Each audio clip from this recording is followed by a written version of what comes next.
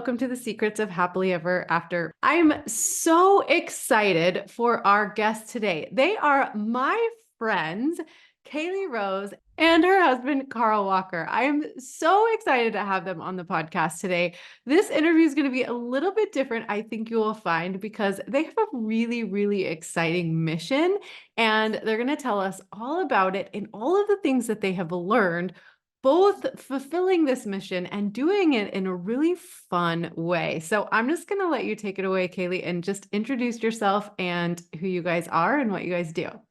Hello, thank you for having us. My name is Caley Rose. I am a Billboard charting singer and songwriter, and I am also the proud creator of Music with a Message, empowering music events that bring confidence to your audience. I bring empowering music into schools, women's shelters all over the country in order to teach people how to build their self-confidence. And Karl? I am a user experience or product designer, if you'd like to think of it that way. And I've been doing it for about 10 years. And I make websites and digital products easier to use so people stop screaming at their phones or computers. Oh, I need you in my life. A lot of websites do. Yeah, I just need tech support at all times. Like, can I just have my own tech support? Oh, it's a good business idea. Yeah. Seriously. All right. I'll just take a small commission if you make Yeah. it. I'm like, I should stop talking about it live on a broadcast. Yeah. Not live. Well, that's awesome. And you have a cute little daughter that I always see. We do. We We do. were she just turned 4, Sienna. And breaking news, she's gonna be a big sister. Stop! Oh my I gosh, am are you about announcing tomorrow. that No, here? she's from 10 weeks pregnant. Yeah. Congrats. Congrats. That's so exciting for you guys. Okay. And you have this really fun and specific way that you live. Yes. So is the new addition going to change anything about that? Yes. So we live currently in an Airstream that 2 years ago we were on the Oregon coast and we were so enamored by the beauty of nature there. And we had to leave. We had an Airbnb booked for the next night in the Russian River Valley. And that just kind of sparked an idea of like, wouldn't it be nice if we could just be here for as long as we like? And then the Russian River Valley really captured us. And we were like, wouldn't it be nice if we could be here as long as we like? And I'm a musician, as I mentioned, so mobile living plus my music, being able to be on tour, the idea kept snowballing and snowballing. And unfortunately, a dear friend of mine passed away from COVID, which taught us that you never know how long you have. And that really spurred the idea into faster action. So we packed up our comfortable, happy little lives in Los Angeles. We moved to Kansas City, where his family is from, and they're all makers and renovators and designers. And we renovated. We thought it was going to be 3 to 6 months. It was 2 years, but now we're finally living in the Airstream, living the life. Of course, it's not perfect. Nothing is. It presented a lot of new challenges, but they're challenges that we knew we were signing up for. Well, I'm excited to dig into that because like, I want to know how living in such close quarters and your lifestyle require you to communicate with each other, especially like here we're talking about you signed up for this 3 to 6 month renovation and it took 2 years. I imagine that might have sparked some frustrations or some emotions that you probably had to talk through. Like, talk to me about that. What did you It learn? was our hardest time. And we were living, his parents were gracious enough to give us their driveway to renovate in, the bottom level of their house, but we were still living with his parents, not in our own space. And it kept the deadline. It went as well as it could possibly go. I mean, just to clarify, I mean, we got along. We got along. We had dinners each night. Like, it went very well. They're very laid back, very communicative. Like, it couldn't have gone better, but still, it was very challenging to not be in your own space. Yeah. And and then the deadline kept getting, we kept thinking, okay, once we get this done, then we'll be home free. Then once we get this done, it'll be home free. And it was unexpected challenge after unexpected challenge. Yeah. It took away a lot of our family together time because I was pretty much not raising our daughter, but watching our daughter work while Karl was doing the nuts and bolts, all the renovating stuff, because I don't have the background of skills in that area that he does. And so every single free moment, it was, oh, Carl's got to work in the Airstream. He can't come to this Halloween party, birthday party, every single time. It was hard. It was tough to remain disciplined to it. It was tough to remain invigorated by it when it took so long to get through, and so many unexpected things continued to crop up. But I think we would have check-ins and we would say, okay, is there any part of you that wants to quit? And we would be like, yes. Definitely do. But we still continued to say, okay, well, we don't want to quit. We're we're this far in, but it's not just sunk cost. We really are excited about what it means we can do afterwards.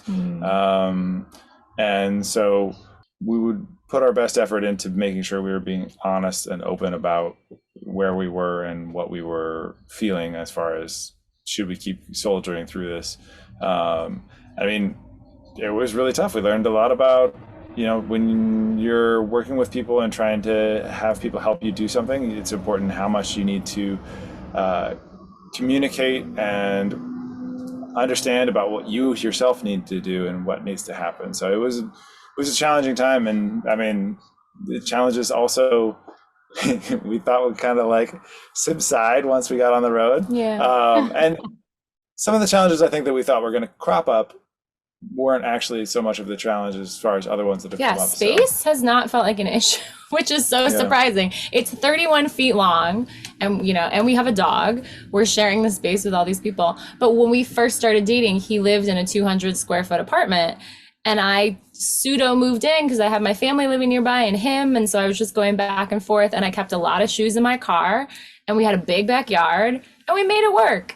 And then we moved into a bigger place, and now we're small again. And then we downsized to go into my parents' house, and then we got into it. And this is 210 square feet. 210. So we are actually 10 feet more. Yeah. But it's never felt like I'm cramming my clothes into things a little bit, but it's not bad. I mean, we're happy we scaled back. And then we're not really on top of each other. Sienna's in her room right now, happily playing, and we're here. So it's like you realize how much you need, which is not that much. Yeah. I think that's actually an interesting perspective shift for people. Like, how much do I really need to be happy? Yeah. Because we get in this more mentality, and it's dangerous. And now, of course, I'm still dreaming about my California beach house, which I'll get. And, someday we'll have this in the backyard. Park this on the beach. But I've always said, I don't want a huge house because then I'm going to be anxious about Swiffering the floors. So I don't want to be anxious about Swiffering the floors. That's pretty much it. Yeah. Sorry. It's also like constant. We are in a parking lot right now on the way from Joshua Tree up to San Francisco. And we have a Starlink internet connection so it's just every day is working it out and figuring it out and communicating. Yeah, that's so interesting. So take me back when you're building the Airstream, and it was really frustrating. It was taking much longer than you thought. And it sounds like your shared vision of what it was going to look like to travel around and live in the Airstream kind of kept you guys going through those challenges. I definitely think that's true. Yeah. Yeah. Hope for the future. I think that moment that time on the Oregon coast and in the Russian River Valley really showed us, like, that's our North Star of, like, we not necessarily want to be on the Oregon coast, but this idea that we can be out in nature, that we can discover both that and our home in the same thing and be able to go around and discover these places and do that. I think because we saw that together, and honestly, after we left the Russian River Valley, we were driving from the Bay Area back down to Los Angeles on the 5, and we were looking up, blogs on, like, what is this like? What is it like to live in a trailer? Or at the time, we were even considering like a van life kind of thing. A school bus was an idea at one point, but then if you renovate a school bus and your vehicle has to go to the shop, you have to take your whole home into the shop. If our truck needs to go into the shop, it detaches from our trailer, Airstream. And so that's the benefit of that, in case anybody out there is considering. Yeah. We can do a whole bunch of stuff. Oh, we could. But that's a whole different podcast. Yeah, but it was constantly checking in with each other. And sometimes it was just the frustration mounted so high and we hit a breaking point, one of us. And we have this thing that we kind of agree on, that one of us can be freaking out, but both of us cannot be freaking out. Somebody needs to steer the ship, or rather the Airstream in this case, and one of us can freak out at a time. You know what? That's really interesting. I have the same saying. I say, really? Everybody's allowed to go crazy, but not at the same time. Yeah, totally. Somebody needs to remain calm and even keeled. And, really, we had to be completely honest with, are we continuing this project because of sunk costs, sunk energy, because of other people's expectations? No, we still want this. Okay, let's go forward. Because I had friends lovingly give me outs and say like, hey, you tried. It's been a year. Come back to LA. We miss you. And that helped to have that permission. But we seriously considered it. And they're like, no, we still want to try this out. That's really good. I love that, reconsidering, like revisiting and reconsidering your reasons and your motivation and things like that, and checking in with each other. I like that a lot. Because it's like, I feel like a lot of times as humans, we don't give other people permission for their goals to change. We're like, but you always said you wanted to be a doctor. Oh, that must not have worked out for them. They must have given up. Well, no, dreams can change. It's okay that once they saw the reality of the situation, their dreams changed, But we get a little, I don't know, inflexible about it sometimes, I think. Yeah. Interesting. Yeah. So I feel like, Kaylee, because I know you so much better, I know you have these big dreams, right? You want to make this huge impact on kids and women and teach them confidence, which I respect so much. I want you to talk more about that in a second, but I imagine Karl's not like gung-ho, like stage manager all the time. So I want to talk about Karl, your feelings about it, like how you support each other in kind of your individual dreams, even though you don't share the same passions. It seems like this is really working out, that you're making it work for both of you. I think it is. It's working out. It's challenging, and we're having to kind of work through the challenges of, we're both working, and we have a 4-year-old who is no longer in preschool. No longer in preschool and loves to learn, and so it's I think trying to support each other in giving each other time to do the things that we have to do to keep chasing our dreams. I think that is definitely been challenging, but we've kind of just, as we've been going through this, we've been just saying, well, this is a learning curve. Like, there's a lot of things that, have happened along the way, that things that have gone wrong with the Airstream as we've driven down the road. We're currently in this parking lot because 2 solar panels came off. Luckily not on the highway. Luckily at the right point, the right time. They didn't fully come off. One of them, flipped over into the other one, and they both broke. So we have to get new solar panels. Learning curve. Check your bolts before you want to drive. Yeah. At some point, you just have to laugh. I don't want to be in a bad mood all day. I do not want to be in a bad mood for a minute. So I can choose to laugh it off and, yes, feel your feelings, let them out, right? Yeah. I mean, did that answer your question? I'm not sure that I answered your question. I feel like let me get it's a learning curve and it's tough, it's like. Yeah. Oh, for sure. Absolutely. I just, for couples who are listening, who are like, one of you has a big public dream. I think maybe that's the difference. Like for me, I put my dream out there every single day. My husband's totally chill in the background. It's fine if nobody even knows his name. He's like, I kind of owe him for using his likeness online, right? Because he could care less. He would rather not have his face plastered all over social media, right? And so Kaylee, what are some things that your husband really does to support this public dream that you have? Everything. Truly, he's the muse of every song I write that's happy or in love, all the good songs that are happy and in love. But really, we constantly just try to juggle together, and my career is, yesterday I found out the day before that I was recording voiceover for Carrabba's. Am I going to say no to a voiceover job for Carrabba's? No, I'm not. Does he want me to say no? No. So we got to make it work, and it's communicating the schedule, and it's okay, you're going to take Sienna away from the Airstream to be very quiet somewhere else. I think we also have complementary professions, careers. Because mine is, artistic, so I understand the creative capacity. But my artistic job also falls into a, regular routine and all that kind of thing. So I'm able to be like more in my regular routine while she is more kind of ebbing and flowing throughout the day. And luckily I've been able to also, move things around, or we communicate when like an audition comes up or anything else that's kind of like, hey, like, we're traveling to San Francisco right now, and so we're all going. So we've just kind of worked on figuring out how do our professions complement each other and making sure they overlap in the way that makes us both go in the direction we want to go in. And I think that there are some really nice ways that it overlaps too. Like she's done voiceover things for me when I was a student in school, and I've done graphic work. Constantly doing my graphic design for her. So you find those areas where things overlap. It's all choosing to make things work in the right way. I hope I can keep this to a nice little anecdote. But when I say choosing, it brings up a story that I think might be fun to share. We were on vacation in Barcelona, and Kaylee was asking me, our marriage was coming, we were going to get married, we were engaged, and we were talking about our vows, and she said she wanted me to talk about like two puzzle pieces coming together, and that it's fate, and that like two No, people... I didn't want you to talk about that. I was going to talk about that. I wasn't saying like your vows should be about this. Okay, yeah. I was going to mention this Socrates quote about soulmates separating once they came to Earth, and then needing to find their way back to each other, like puzzle pieces back on Earth.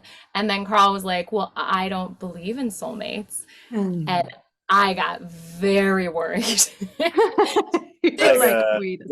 Yeah, I was like, well, you just think if you met someone else, it could be as good, kind of thing. And he was like, yeah, like I think not someone, not like anyone else. Yeah, it was like, I think, maybe there are like 4 or 5 people on this earth that you could have met, and it would be a nice union. And I was just so sad. I was just thinking, I was like very logical at that moment, and I was like, well, like, okay, let's say 50% of marriages work out. Well, 50% of the time you can't have a person landing, like a soul landing in California and another soul landing in Russia, and then the two find each other. That just doesn't make sense. And so, yeah, but like, anyway, my whole thing was like, I was just thinking about it, and from that statistical, like logical perspective, and I was like, this doesn't make sense to me, that like, but that's not the romantic way to view it. But anyway, this is getting a little bit away from the anecdote. So we were starting into this like back and forth, and at one point I just wanted to be like, fine, I believe in soulmates. We like she's near tears, and we're in Barcelona. Near tears, and I was in tears. And we're in Barcelona, it was probably and like 3 in the morning. Like we just talked and tried to figure it out. And so she's crying, and she's in like a separate part of the Airbnb, and I'm in the bedroom, and then I found the way to express it, which was I said, I believe that, we found each other, and I am choosing you, and I don't like the idea of fate because it feels like it's not my choice. It's just how the world ended up being. And so I'm choosing to come back to this, and I'm choosing to make it work. And then from the sobs in the bathroom, I heard, I like yours better. Yeah. So all of a sudden it just occurred to me, he is a person of his word. He is honest. He follows through. And for him to say, no, I'm making a choice and I'm going to choose you every single day was actually the most beautiful thing to say. And so I was just like, I like yours better. And then I ended up using that in my vows. We're choosing each other every single day. Because it is, right? It's a choice that you just constantly keep making. And when someone is annoyed about, I used this analogy earlier, like when you're annoyed, not even annoyed, but just like, hey, the way you put the toilet seat down might end up being problematic. It might break the toilet seat. I wasn't like, the way I put that toilet seat down is who I am. It was like, oh, you have an issue with this that actually benefits both of us to change this. okay, I'm going to work on changing this. And that's choosing each other, you know, and you have to just keep on choosing.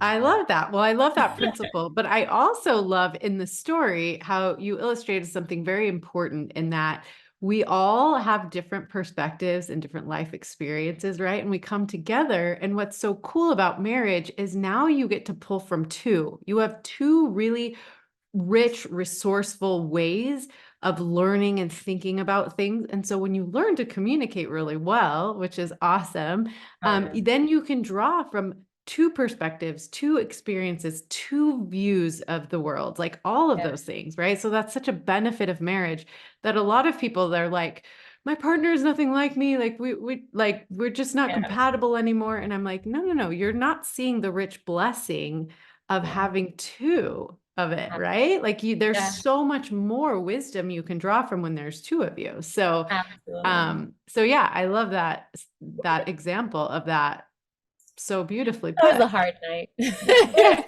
ended up being a fun night afterwards, but yeah. like that was a tough moment. And I remember Live, you learn. I remember being there and being like, it's not in our relationship nature to say like, okay, we're having a fight, I'm gonna leave. But it did suddenly occur to me like, I'm in a foreign country where I barely speak the language. I can't just be like, I'll be back. Like that's the way that we do it. Like we really don't. And we've talked about a lot that we love the way we fight because it's like a, okay, I don't agree. Let's figure out why we don't agree. And we don't really put it down until we figure it out. But Which, yeah, of course, with kiddos is difficult, you know, but Yeah. we'll stay up as late or we'll get up early to talk about things. And it's a challenge, but it's a choice you make. I'm also like, oh man, I left in the frame of this video our unfinished cabinets in the Airstream. Yeah. You can see that was a choice of we didn't finish. We just left. we decided we had to leave, and so there's a couple of spots that are like, that's not as refined as I would like it. No.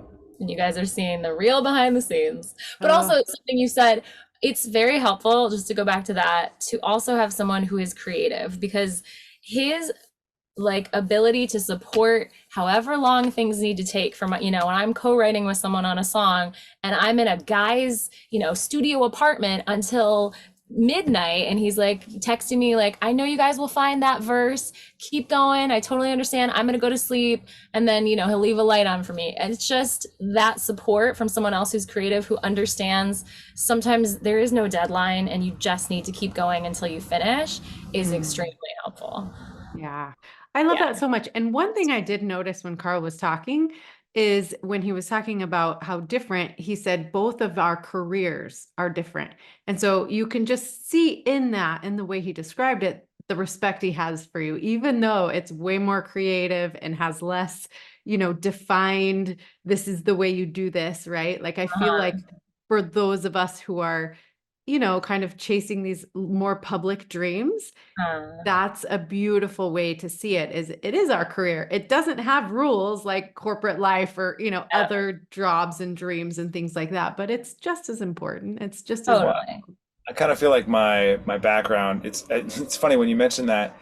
I think about the fact that like I went to an art school and she went to Columbia, and so like I feel like our colleges feel like they're inverse of where we ended up. True, because now he's in corporate. He works for Sony, and I'm an entrepreneur whose hours are all over the place. Yeah. And my family has very artistic background, so you grew up around that a little bit. Yeah. I mean, my dad's an art teacher and my mom's a graphic artist, so it's very, I understand like that capacity and that process and how it is very undefined a lot of the time. So, but I was thinking that earlier, like, is there a world where you can only go after one dream at a time? And I don't think that's true. I mean, I guess some people might argue like monetarily you can, no, because, you know, like we make it work. We just constantly make it work. I think if you're choosing a way to make it work, yeah, you can make it work. Yeah. I think, I mean, you're just chasing your dreams in a different way. If we were, it could be, and not that I want it to be this way, but you could, like, if I was a different person and we were a different relationship, I could be making a choice to be like, hey, I need you to do whatever while I focus on this. But that's not what our choice is. Our choice is like, how do we satisfy both of our desires to have our careers? Because if one of us wanted to not have a career, that would be fine. That would be another choice in our relationship, but that's not the one we're making right now. So I will tell you a secret, because I love to interview these couples who have been married for years and years, like 50 years is usually when I see a couple that's been married more than 50 years, I like go after them, right? I want to learn all the secrets of being married for over 5 decades. It's really cool, right? And one of the most prominent lessons that I've learned from these couples is, even because typically if you've been married for 50 years, you grew up in a different generation than us, right? One where not necessarily all the dreams were supported. But in some way, somehow, the most successful couples I have learned always supported each other so that there was room in the marriage for both of them. Like they both got to do the things that were most fulfilling, not even necessarily following traditional gender or, societal rules. Like they make their own rules in the marriage. And it's so beautiful. Like those are the couples that are most articulate and helpful, and like have, to me, just the best advice, is because they made their own rules in the relationship, right? And they made space for each of them to flourish. And so I will tell you, as you add more responsibilities to your marriage, like another baby, you're going to have to make lots and lots and lots of choices. But if you continue to just create what works for both of you and make room for both of you, you're going to make it. Like that's the beauty of it. It's so cool. Thank you. It's tough. I mean, there have definitely, like, let's be completely honest here. I'm going to plug our computer in. There have been moments where I'm like, I need time to work today, and I'm just like, how do I do this with our child? And then we have a conversation about it, and then changes are made. It's not like, well, you're making less money than me, because that's not always the case. And so you can't base it off of that. Things ebb and flow and change. And he's just so supportive. Like the other day I posted this on Instagram because it was just astonishing to me, where I said, I'm so sorry. Sometimes I made a commitment to go live on TikTok every single day for at least 10 minutes. And sometimes that eats away from our time. Like it's 8 o'clock and we just put Sienna to bed and I haven't done it yet today. Okay, instead of cuddling with you, I'm going to do this. And I'm so happy once I got on there. And his just not even hesitating response was, never apologize to me for going after your dreams. And I was just like, oh, you're an exceptional human being. Nobody else is saying, well, I'm selfish and I want time from my wife. Other people could be saying that, but the support has been there from the get-go. I'll never forget that. I don't know if we had a date, like it was maybe our 3rd date, and I was like, I got invited to this Hollywood party. Do you mind if I go with a friend of mine? And he was like, go, make contacts, network, do it. It wasn't a 3rd date, but yeah. No. Oh yeah, no, okay. We know our 3rd date. The beauty here is we don't have to agree on all the details. It's fine. But we know our 3rd date. I get pretty like into it. I'm working on improving my storytelling capacity. Great storytelling. So good. Okay. So Kaylee, you teach kids about confidence, and the confidence that you have found from living your dream. Talk to me about how you teach kids about confidence, and kind of the confidence that you've gained from the support, really, that you have found in your marriage as well. Yes. So many. I mean, Karl has made me more confident in so many ways. So I was bullied when I was a kid. I was 10 years old, and that plus a lot of other factors led to me not being a confident person. And I kind of woke up in my 20s and was like, I would like to have a happier, more confident life. And I'm this young. I'm apparently as, young and good looking and all those things as I can be. So I want to study confidence and make a decision to love myself, because I hated myself. I wanted to be anyone other than myself. And I thought everyone was better than me and making better decisions. And it was a terrible existence. So I went on a personal journey. Oh, good, it's charging. I went on a personal journey to find self-confidence and build and learn self-confidence, which is the good news, because it's learnable and buildable and all those things, because I thought it was an intrinsic quality that you couldn't choose, and that I just didn't have it and other people were lucky. But I went on that journey, did lots of therapy, read lots of books about confidence and all those things. And then I became a musician. I mean, it's such a long story, but then I finally took a risk and put all my eggs into the music basket, and that paid off. And it felt like the path became illuminated and clear in front of me, and serendipities and scholarships happened. It was beautiful. And then 2 years ago, I was thinking about how I was bullied, and I already had all this empowering music that I had already written and put out there in the world. And I was like, I'd like to help people through that period of getting bullied. Maybe I should go speak in schools. And so I just started doing it imperfectly and just started acting before I could let the fear voices come in and say, you've never spoken in front of a crowd. And I started uniting the empowering music with the message. And I didn't exactly have methods to building confidence. I just had a lot of mistakes that I wanted to share, and I didn't want the children to hurt ever. So I was just like, basically, I went into the school, sang some songs, and was like, here's every mistake I've ever made. Here's every lesson I can give you. And it was probably way too much. But now I have, like, these are my 3 methods to building confidence. These are my WOW methods. This is my acronym, so it's easy to remember. And I have a much more curated approach to building confidence in that way. But it's funny. Yeah, start before you're ready, which is, very helpful trick and tool and saying. I love so much that you do that, because I mean, I have 4 children. 3 of them are teenagers right now, and my baby is in middle school, right? And it's like, I've watched all these kids go through middle school, and you can see it's like, obviously their brains are not fully developed, and they're learning so much at such a rapid pace, but it's like really difficult for kids that age to see into the future. So when they make a mistake, they think it's permanent, or like they can't ever recover from it.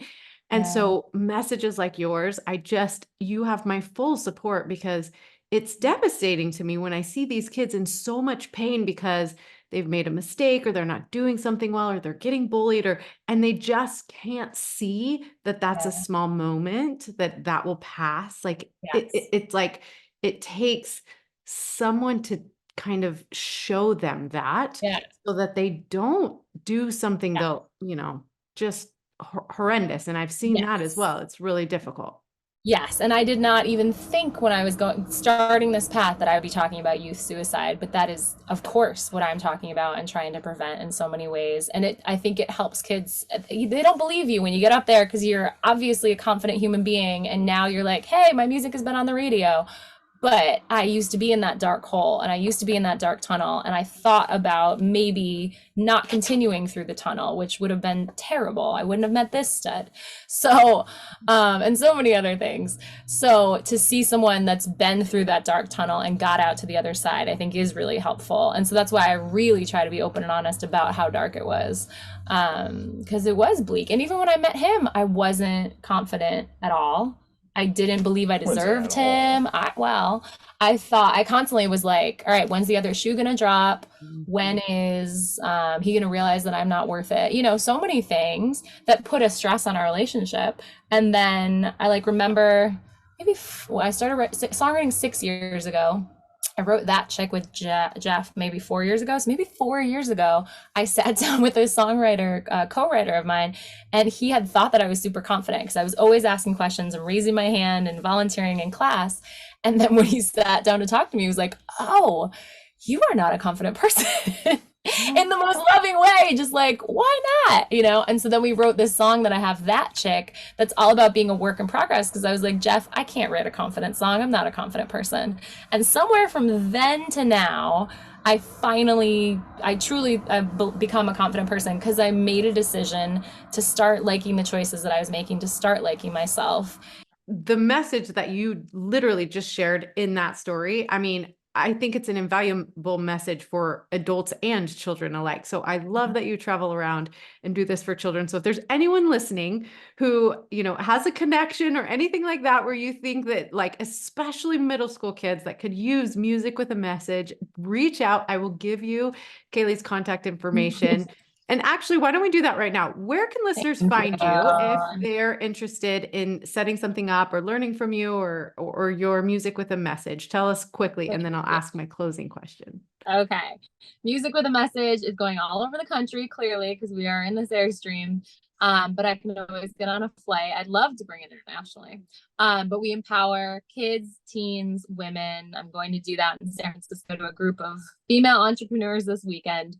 And you can find me Caley, Roses in the Flower. Caley, Roses in the Flower.com and all the social medias except for TikTok, where it's at Kaylee Rose Music. I love it. Okay. Here's My my little final rap. question for the two of you, because I ask everyone this question, but if you had the undivided attention of all the married couples in all the world for just a few minutes, what's the most important thing you could teach them about supporting each other's dreams? I mean, my first thought is just like learning how to constantly improve your communication. I think that it almost always comes back down to, uh, are you effectively communicating with each other about what you need, what you want, what what you need and what you want, where like, and communicating with yourself. Yeah, and yourself. And so I think navigating those and putting the effort in there, to be, and I think along with like, maybe it's like too much to try to cram into one, but like communication and honesty. So, you could communicate what you think you need, but if you're not being honest with yourself, or you're not being, you're not hearing the honest version from your partner, then you can't actually get to where you both want to go. So honesty and communication is what I would say. I mean, as you mentioned, you typically talk to people who are so much farther down the path of marriage than we are. So I can't, speak to that kind of longevity. But for us, we have been through quite a bit. We've been together for 11 years. And we lived in a 200 square foot apartment, and we moved around a few different times. We lived with her family during COVID. We lived with my family through a very stressful renovation. And now we're in a tube. Metal tube. Traveling around the country. But it always comes back to, like, if we're having a problem, being able to communicate. I actually remember when we first started thinking about this, I talked to a coworker of mine who had done a similar thing. And this also came up in blogs, and it said, if you are trying to take your spouse and you into an RV, you need to understand how do you resolve fights. Because if the way you resolve fights is, I'm going to go to this other room and I need my alone time for like the next hour, or I'm going to go down into my, watch TV for the rest of the night. Yeah. Then, that's not going to work in this situation, because you don't have that luxury of, I'm just gonna, and you could maybe lie to yourself and be like, oh, I'm just going to go outside for a hike. Yeah. Okay. But not when it's like super cold and rainy out. That whole thought of like, I have outside, I have the whole world as my backyard. Yeah, but like if it's cold and rainy, you can't really like count on that as much. So anyway, that was, I'll think a little bit longer than I was needing to go. Again, I'm working on my story, so. No, you're doing great. And don't discount your experience, because you have a lot of wisdom to share. And so I'm really grateful that you were here and that you're willing to share it. And you guys have what it takes. Like, seriously, I'm so excited to follow your journey. Thank you so much. My first answer would be pick a Karl. I picked the right person. And for a long time, I didn't think a love like this existed. So yeah, that is what I want to say. If there are any women out there who are thinking of settling, who are thinking it doesn't exist, I almost made a lot. Oh, there's a huge bug crawling on our fake flowers. Do you see that? Oh. It's okay. No, you don't have to get it. It's fine. It's fine. It was just like, Also those the are pest fake. control guy. Those are fake, bug. You're in the wrong place. I really thought a love like this didn't exist. And I almost made, a very different life decision with someone that I cared about, but I wasn't in love with.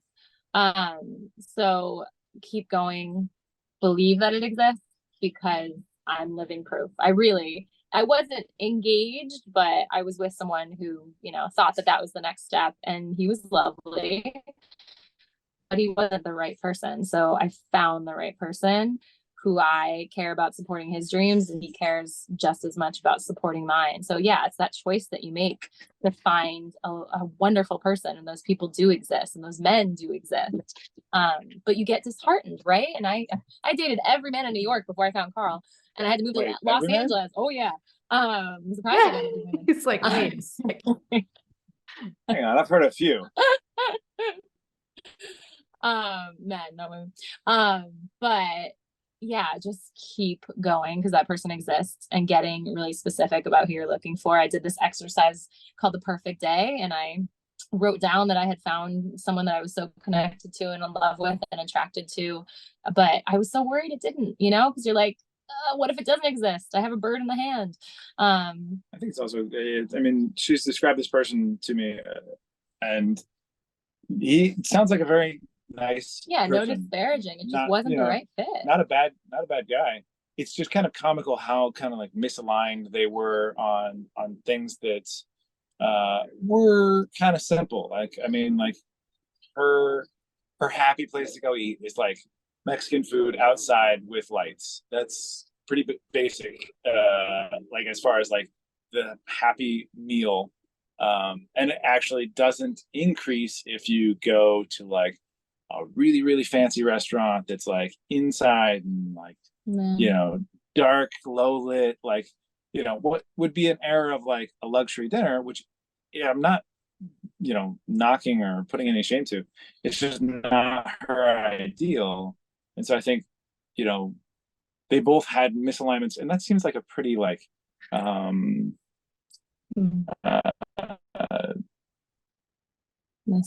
know, like